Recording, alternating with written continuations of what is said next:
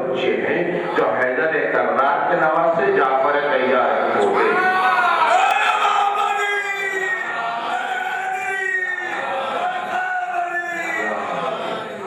ان کی نسبتیں ہی اتنی عظیم ہیں، ان کی نسبتیں ہی اتنی عظیم ہیں کہ ہم صرف ان نسبتوں کا حق ادا نہیں کر سکتے. جس آیہ مبارکہ کی تلاوت کا شرف میں نے حاصل کیا وہ آیہ مبارکہ زبان زد خاص و عام ہے.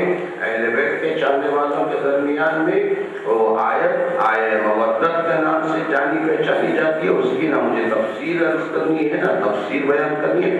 میں اپنے بیان کو مربوط کرنے کے لیے، استفادے کے لیے میں نے اس کی تلاوت کی ہے کہ اس آیہ مبارکہ میں اللہ نے نبی کے اقربا سے جس محبت کو واجب قرار دیا ہے، اور یہ ایسا واجب ہے کہ اس کے بغیر کوئی واجب قابل قبول نہیں. تو یہ ماننا پڑے گا نا کہ اب سبھی واجب، آپ کہیں گے سبھی واجب، نماز بھی واجب، روزہ بھی واجب، حج بھی واجب، قرآن کی تلاوت کرنا بھی ضروری ہے، ساری یہ بھی واجب ہے اور ان کی محبت بھی واجب ہے. تب یہ واجب میں فرق کیا ہوا؟ یہ ایسا واجب ہے کہ جسے اوجب کہا جائے گا،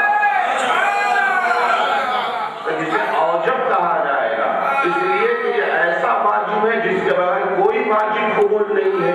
تو ماننا پڑے گا کہ اس سے ہٹ کر جتنے واجبات ہیں ان سب کا دار و مدار اس کے اقرار پر ہے. اگر اس کا اقرار نہیں ہے تو کوئی واجب قبول نہیں ہے. تو یہ واجبات میں اس مقام پر ہے کہ جہاں اوجب قرار دیا. تو اوجب اگر آپ کے پاس ہے، آپ اوجب پہ عمل کرتے ہیں تو واجبات قابل قبول ہے، واجب پہ عمل کرنا بھی بہتر ہے. ورنہ اگر آپ کے پاس اوجب ہی نہیں ہے تو ان واجبات کے اللہ کو ضرورت بھی نہیں ہے آپ کی. آپ کریں نہ کریں کوئی فرق نہیں، آپ کریں نہ کریں کوئی فرق پڑنے والا نہیں ہے. فرق تو وہاں پڑے گا کہ جہاں اوجب رکھے نہ کرے تو فرق پڑے گا. نماز اسی کا حق ہے جو علی کا محب ہے.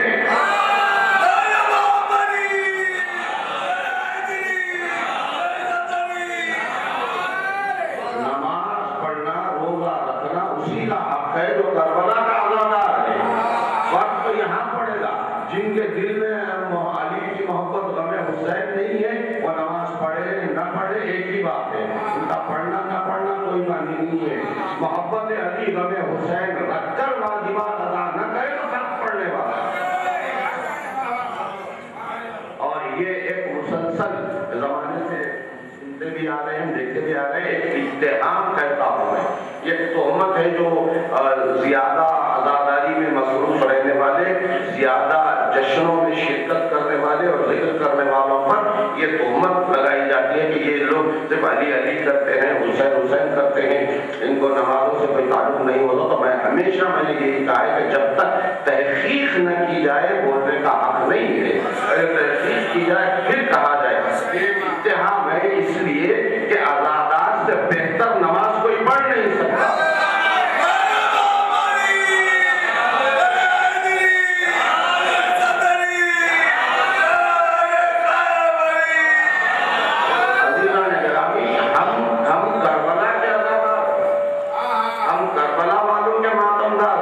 ہم سے بہتر عظمت نماز کو کون جانتا ہے؟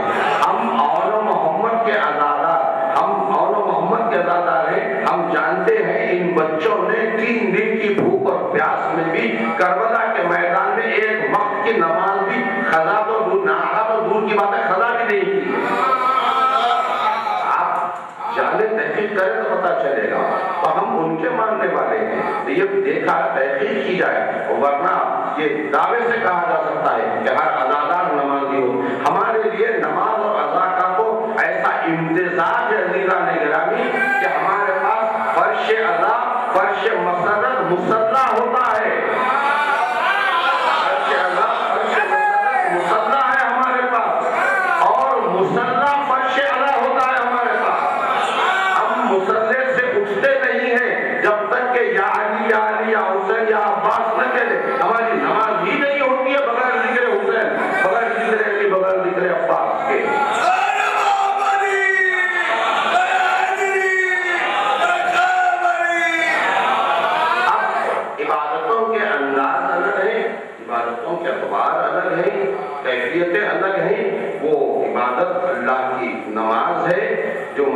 ادا کی جاتی ہے اور پھر ذکر حسین پہ ختم ہوتی ہے، اور یہ وہ مصلی ہے جو ہم باجماعت نماز ایمانی ادا کرتے ہیں۔ یہ کچھ نماز سے کم نہیں ہے، یہ ساتھ یہ لمحے جو کربلا والوں کا ذکر ہے، اور بالخصوص آج ان شہداؤں کا تذکرہ ہے، جیسا کہ میں نے معروضہ کیا آپ کی خدمت میں کہ یہ اللہ کا حکم کہ مودت اقربا سے نبی کے جو اختیار کی جائے، تو اس میں یہ ایک بہت وسیع موضوع بھی ہے، اور اس میں بڑی وسعت ہے اقربا کہ کون کون اقربا ہو سکتے۔ تو بنیادی طور پر اگر تفسیر میں گئے میں عرض کروں کہ خود تفسیر میں تو آپ کو مل جائے گا، ملتا ہے کہ پیغمبر سے پوچھا گیا تو پیغمبر نے تمام نام لے کر بھی بتلائے، لیکن اگر پیغمبر نے اور کچھ نام نہ لیے ہیں تو اس کا مطلب یہ ہرگز نہیں ہے کہ جن کے نام نہیں لیے ہیں وہ اقربا میں شامل نہیں ہے، کیونکہ جو بنیاد کی وہ پیغمبر نے بتلائی، بنیاد بتلائی پیغمبر نے مولا کائنات شہزادی کونین امام حسن و حسین اور ہمارے تمام ائمہ۔ لیکن صرف یہی اقربا نہیں ہے، کیونکہ اور جو اقربا ہے ان کے بغیر اقربا کی فہرست مکمل نہیں ہو سکتی۔ شہزادی کونین کا نام لیا تو جناب زینب و ام کلثوم لازم منظوم نام ہے اقربا کے لیے، اور یہ وہ ہستیاں ہیں جن کے بارے میں معروضہ کرتا ہوں کہ کبھی کسی نوجوان کے ذہن و دل میں یہ بات نہ آنے پائے کہ ہم علی کو چاہتے ہیں، اس خاندان سے ہم علی کو چاہتے ہیں، کافی ہے نہیں، علی سے محبت کے ساتھ علی سے وابستہ ہستیوں سے بھی محبت لازم ہے، ورنہ علی کی محبت رائگاں ہو جائے گی۔ اگر علی سے محبت کا دعویٰ کر کے اور محمد سے محبت کا دعویٰ نہیں کیا،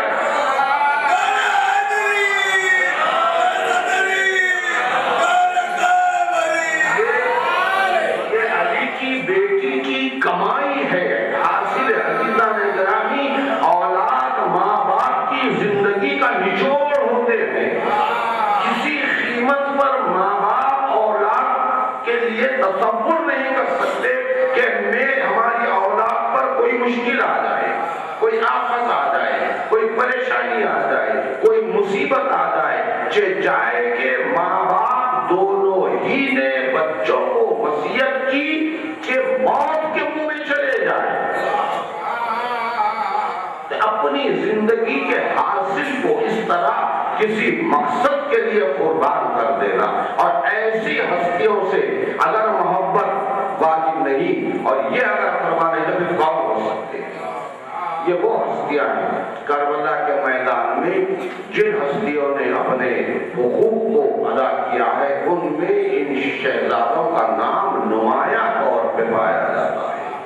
اور جیسا میں معلومائی کرتا ہوں کہ اہل بیت کے گھرانے میں سنو سال کی کوئی تفریق نہیں رہتی ہے، سنو سال کا کوئی مسئلہ نہیں رہتا ہے، جب عام لوگوں کی طرح وہ بظاہر یقینی طور پر یہ شہزادے جو تاریخ میں کچھ اختلاف کے ساتھ 8 اور 10 11 برس کے سن کے درمیان بتایا گیا ہے، تو حال کم سن ہی ہے، 8 برس کے ہیں تو 10 برس کے ہیں، یا 9 برس کے ہیں تو 11 برس کے ہیں۔ شہزادہ نے اور محمد کے لیے، ان شہزادوں کے لیے جب موقع ذکر کا ہوتا ہے تو سب سے پہلی بات جو ذہن میں آتی ہے، ایک عمومی بات منطق میں آپ کے سامنے بتا رہا ہوں کہ اگر کسی کا ذکر کرنا ہوتا ہے تو سب سے پہلے یہی دیکھا جاتا ہے کہ جن کا ذکر کیا جا رہا ہے، جن کے بارے میں بیان کرنا ہے، ان کا خاندانی پس منظر کیا ہے،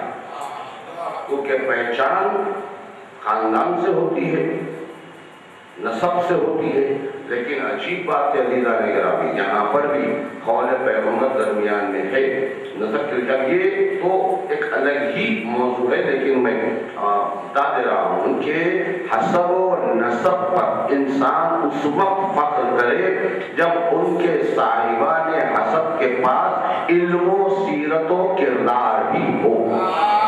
کردار کے بغیر حسب نسب کوئی معنی نہیں رکھتا۔ پیغمبر نے ارشاد فرمایا کہ اگر کسی کو علم نے آگے نہیں بڑھایا ہے تو حسب نسب بھی اسے آگے نہیں بڑھا سکتا۔ تو یہ گھرانہ تو اس علم کا ہے کہ جس کے لیے نبی نے کہا انا مدینۃ العلم وعلی بابھا، میں شہر علم و علی اس کا دروازہ ہے، یہ اس گھر ہے۔ تو جہاں تک خاندانی پس منظر کی بات کی جائے تو ان شہزادوں سے بہتر خاندان تو کائنات میں نظر نہیں آئے گا۔ باپ کی طرف سے دیکھا جائے تو جناب عبداللہ ابن جعفر طیار، میں ایک ہی بات پر ورنہ بات میں بات نکل جائے گی تو بڑی تفصیل ہوگی۔ ان کا بھی بڑا حق ہے، شہزادوں کا ذکر، ان کے ماں باپ دونوں کا بڑا حق ہے کہ ان کا بھی تذکرہ درمیان میں ہوتا رہے۔ تو میں جناب عبداللہ ابن جعفر طیار کے بارے میں ایک ہی فقرہ کہوں گا، اب اسے آپ اپنے ذہن میں جتنی وسعت دے سکتے ہیں دے دیں۔ عبداللہ ابن جعفر طیار اس وجود کا نام ہے کہ علی نے اپنی زینت کو حوالے کرنے کے لیے عبداللہ پر اعتماد کیا۔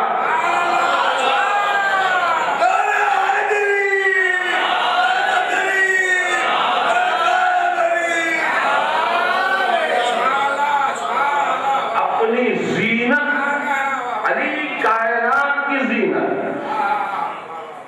شہزادی زینب علی کی زینت۔ اب جو علی کی زینت ہے پوری کائنات کی زینت ہے۔ اب کائنات کی مخلوقات کو چھوڑ دیں عزیزان گرامی، ان کی کوئی وقت نہیں ہے، چاند ستاروں کی کوئی اہمیت نہیں ہے، زمین و آسمان کا کوئی شمار نہیں ہے، یہ سب کے سب تو ان کے محبوب، ان کے غلام، ان کی اطاعت کرنے والے ہیں۔ زینب اس ہستی کا نام ہے جو عبادتوں کی زینت ہے، جو مصلے کی زینت ہے۔ شہزادی زینب توحید الہی کی زینت ہے، نبوت محمدی کی زینت ہے، ولایت علی کی زینت ہے، عصمت فاطمہ کی زینت زینب کا نام ہے۔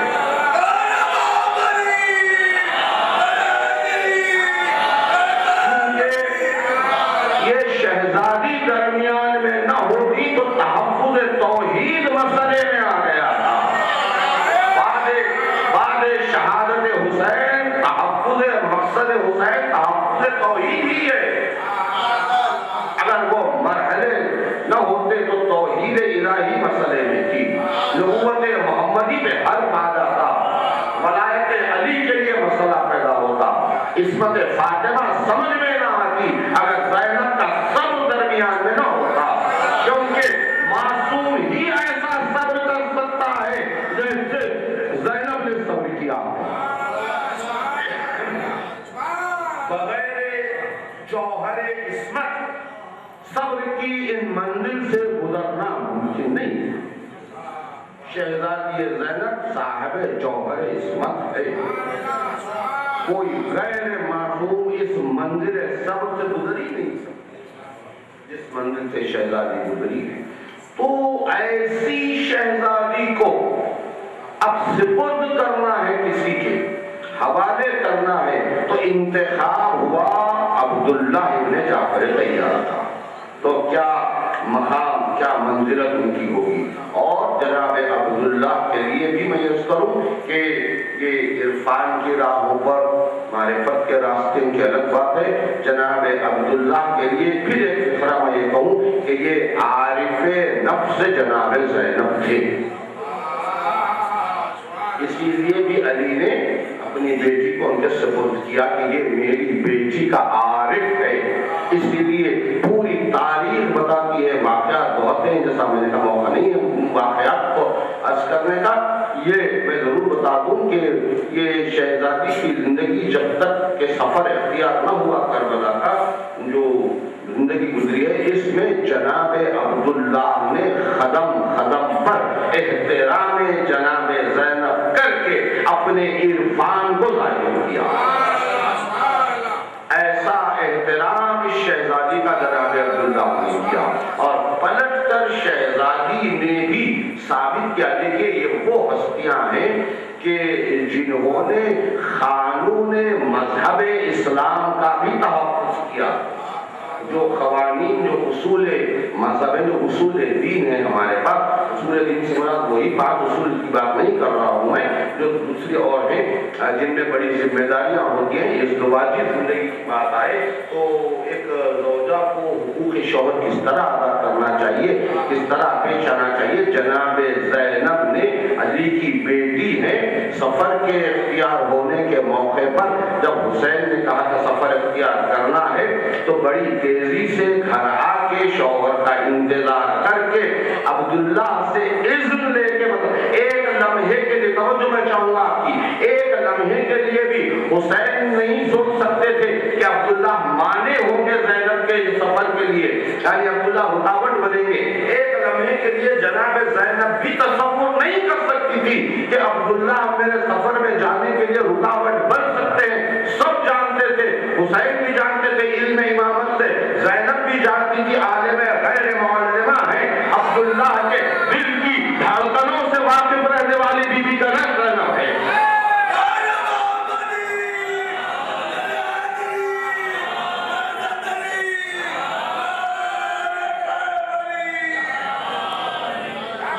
عبداللہ کے دل کی دھڑکنوں سے واقف رہنے والی بی بی کا نام زینب ہے۔ زینب جانتی تھی عبداللہ انکار کر ہی نہیں سکتے، اذن تو تھا ہی موجود پہلے سے، ظاہری طور پہ اذن لے کے تحفظ کیا ہے، رشتہ ازدواج کا زینب ہے۔ قیامت تک آنے والی کنیزوں کے لیے، شہزادی کی کنیزوں کے لیے سبق بتایا گیا، یہ جانتے ہوئے معلوم تھا کہ اذن ملنے میں کوئی رکاوٹ نہیں ہونے والی ہے، پھر کاہے کو اتنی تیزی کی، پھر کیوں جلدی سے گھر گئی، انتظار کیا، آنے کے بعد عبداللہ کے سامنے مدعا بیان کیا، یہ بتایا۔ یہ ہے مقامات تحفظ شریعت، شریعت کے اصولوں کا تحفظ کیا ہے انہوں نے، ان کا کوئی عمل عبث نہیں ہوتا۔ آج شریعت محفوظ نہ ہوتی اگر ان کا عمل درمیان میں نہ ہوتا۔ ایسی عظیم شہزادی کو عبداللہ کا مطلب کیا اعتماد تھا علی کا جناب عبداللہ کا۔ دیکھیے مقام در مقام بات سامنے، علی نے اعتماد کر کے اپنی بیٹی کو جناب عبداللہ کے حوالے کیا۔ اب اس کے بعد اعتماد حسین کی بات آتی ہے۔ حسین نے جب سفر اختیار کیا تو اس کی بڑی علتیں ہیں کہ جن کو ساتھ لے گئے کیوں لے گئے، جن کو چھوڑ کر گئے کیوں چھوڑ کر گئے، بڑی علتیں، بڑی وجوہات، یہ بھی اپنے آپ میں ایک موضوع ہے۔ بات آئی ہے تو میں عرض کر رہا ہوں، جناب عبداللہ کو نہ لے جانا منشاء حسین ہے، منشاء حسین ہے۔ وہ اعتماد علی کا تھا کہ اپنی زینت کو حوالے کر دیا، یہ اعتماد حسین کا ہے کہ اپنی ذمہ داری حوالے کی ہے۔ حسین معاملات مدینہ کی نگہبانی کے لیے چاہتے تھے کہ کوئی ذمہ دار مدینے میں رہے، تو اس ذمہ داری کو جناب عبداللہ کے حوالے کیا کہ آپ مدینے میں رہ کر معاملات مدینہ کی نگرانی کریں۔ ورنہ کون سا یہ اعتماد حسین ہے۔ اب علی نے جس پر اتنا بھروسہ کیا، حسین نے جس پر اتنا اعتماد کیا کہ میری غیر موجودگی میں یہ مدینے کو سنبھال سکتے ہیں، اب اس کا خود کا ایمان کیا ہوگا، اس کا خود۔ اب میں یہاں یہ عرض کرنے کے موقف میں ہوں کہ اگر جناب عبداللہ ابن جعفر طیار کے ایمان کو مجسم دیکھنا ہو تو کربلا کے میدان میں اور محمد کو دیکھنا ہے۔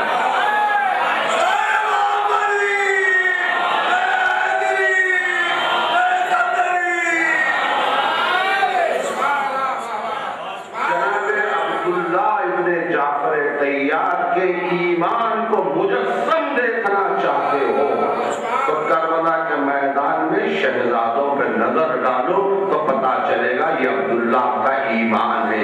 ان بچوں کا، ان شہزادوں کا کمال یہ ہے کہ باپ کے ایمان کی تصویر بھی تھے، ماں کے ایثار کی تصویر۔ اگر اب بھی میں لفظ بدل کے اگر کہوں کہ اگر کوئی جناب زینب کے جذبہ و ایثار، قربانی کے کو مجسم دیکھنا